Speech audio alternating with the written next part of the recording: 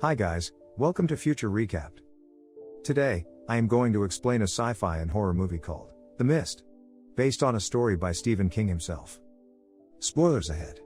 Watch out and take care. David Drayton is a painter.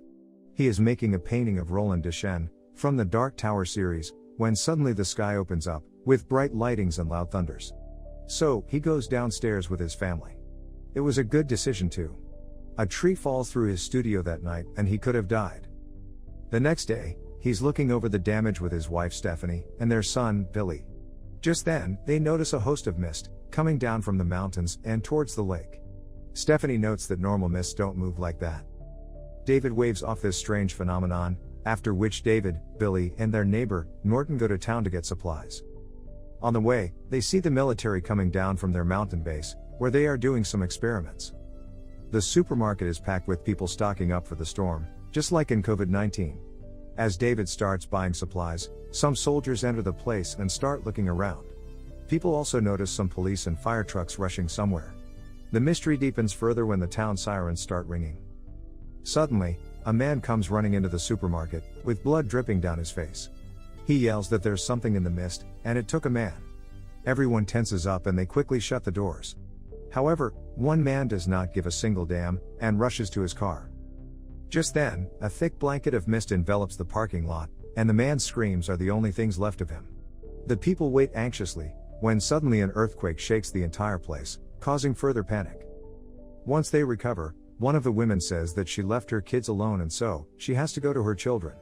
She begs someone to help her, but no one is willing to face the unknown dangers of the mist. Despite their requests, the woman walks out and into the mist, towards her children. Hopefully. After some time, the people start to settle into the store. Billy, who is just a kid, gets extremely scared and spends much of his time cuddled up. David leaves him with some townsfolk, and goes to the back of the store. As he's looking around, he notices the shutter straining against some force from outside. So, he brings some people to check. However, they see nothing suspicious there. The local mechanic, Jim, does not believe that David heard something outside. When David reprimands him for behaving stupidly, Jim gets self-conscious, and says that just because David is a successful artist, does not mean he's better than him. Despite David's protests, Jim sends a boy out to the mist to restart the generator. The kid is young, brash, and perfectly stupid. So, he willingly agrees. The moment they open the door, a long tentacle grabs him by the leg, and starts to pull him outside. David pulls him back, but the tentacle starts to eat the boy right then and there, so Ollie, the assistant manager, brings out the axe. However, he's too late, and the tentacle pulls the boy away. The boy is a lost cause, so the men close the shutter. As the tentacle escapes, David manages to chop off a piece of it. Jim shamelessly tries to apologize, but David is not taking any of it. Claiming that Jim is the reason the kid died, he punches him until Ollie stops him and calms him down. They return back to the store where Ollie reminds them that the entire storefront is made of glass. So, they have to mobilize the people as soon as possible. David quickly explains what happened to Norton. However, Norton is too obnoxious, and does not believe any of them. So, Ollie gathers everyone in the store, and David tells them what happened. Of course, the people don't believe him. So, they take the store manager, Bud, to look. The piece of tentacle moves a little, and then dissolves into a thick gray fluid. Bud comes outside, and tells everyone that they are in serious shit. It should not have taken this long to convince everyone, but that's just human nature, I guess. The people immediately work towards blocking up the storefront. Meanwhile, Mrs. Carmody, a religious fanatic, starts praying to God, asking him to guide her. A local school teacher, Amanda, overhears this and tries to befriend her. However, Mrs. Carmody says that her friend is God and no one else. Outside, Norton still does not believe that there is something out in the mist. He tries to turn the people against David. Mrs. Carmody is doing her own damage by reciting the Bible, and claiming that this is all God's will. People actually start to listen to the words of God, from the tongue of a crazy fanatic. She claims that blood is the way to pay for their sins. Amanda is tired of this bullshit and slaps her. However, Mrs. Carmody is unmoved, and still preaches the apocalypse. The people check their weapons. Amanda has a small Colt revolver. A man claims to have a shotgun, but it's all the way in his truck. Ollie is the only one who knows how to shoot properly, so he is given responsibility for the one gun they have. Norton then prepares to leave with a group of people that he has convinced to be on his side. So, one person from David's group also leaves, to get the shotgun mentioned earlier. He ties a rope around his waist. As Norton and his group are about to leave, Mrs. Carmody claims that they will all die. They all go out to the mist, with the rest of them loosening the rope. Suddenly, it starts going out too fast, and worse, it goes up. Immediately after, the rope breaks, and they pull it back. However, it comes back with blood, much to everyone's horror.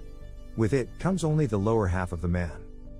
Later that night, as they sit and watch the mist, large insects smack themselves on the glass. Mrs. Carmody immediately claims that these are the same locusts that fell upon Egypt as claimed by the Exodus. Soon, a bigger predator comes and starts attacking the locusts. In the process, they crack the glasses. The locusts enter the store and bite a girl. She starts to shake terribly, while Amanda and David try to light a mop on fire. Meanwhile, one of the bigger predators enters the store, and Ollie chases it around with the gun. Elsewhere, the girl dies. One of the men tries to light another mop, but in the confusion, accidentally sets himself on fire. Thankfully, he is saved by the others. Mrs. Carmody also comes face to face with one of the locusts, but it leaves her. God, this woman is going to be unbearable now. David manages to light one creature of fire, and smack it to death, while Ollie shoots the other one to death. After they close the hole, some people start claiming that Mrs. Carmody was right all along. David then goes to see the man, who was burnt accidentally. His wounds are terrible and he is in so much pain, that he asks them to end it with the gun. The men gather together, and make plans to go to the pharmacy next door, where they can get the proper medical supplies.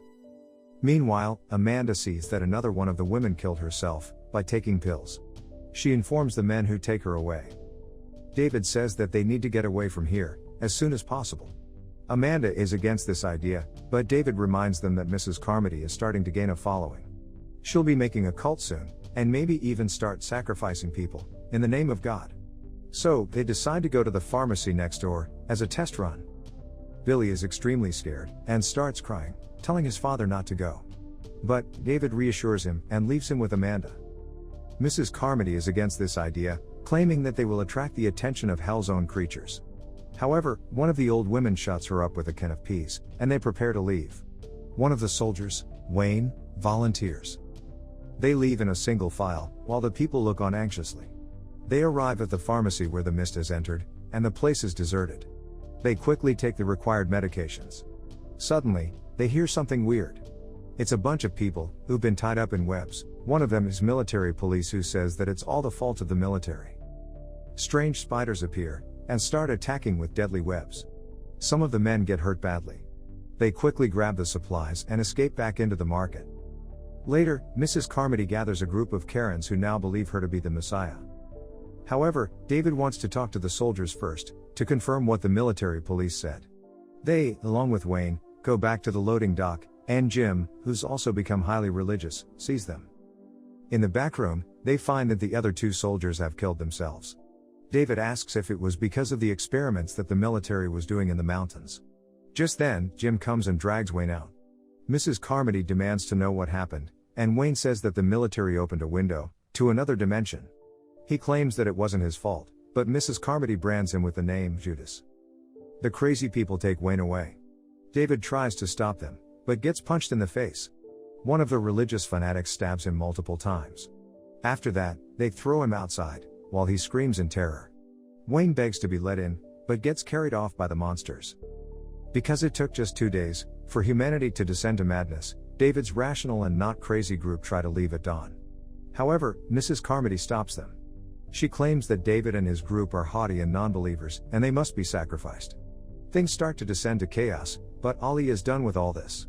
He shoots Mrs. Carmody, dead. There goes your Messiah, idiots. The group rushes outside to David's truck, but the monsters start attacking. Ollie is the first to die. The rest quickly pile up into David's truck, but not everyone makes it. Before leaving, David quickly retrieves the gun. As they leave, they make a nice turn around the supermarket, like a big FU in the faces of the fanatics. David drives to his home, but his wife, Stephanie, has been killed, because the tree from last night made a big opening in their house, letting in all the monsters of the mist.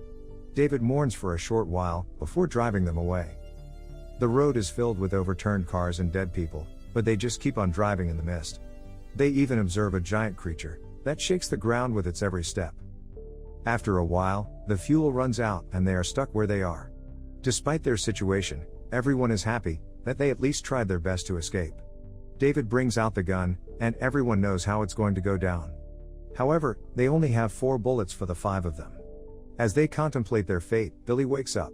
David shoots the 4 of them to save them from the horrors of the mist. He is immediately traumatized and yells in pure rage and agony.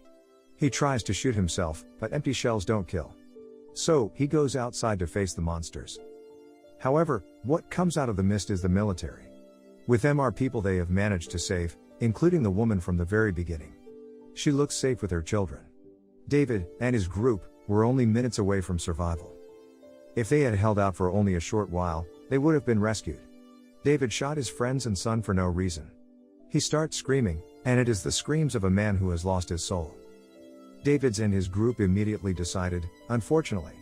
However, you don't need to end things. You can just click on one of the movies on your screen and continue the show. Or, subscribe for more videos like this, turn on notifications, and leave a like to help out the channel. Thanks for watching.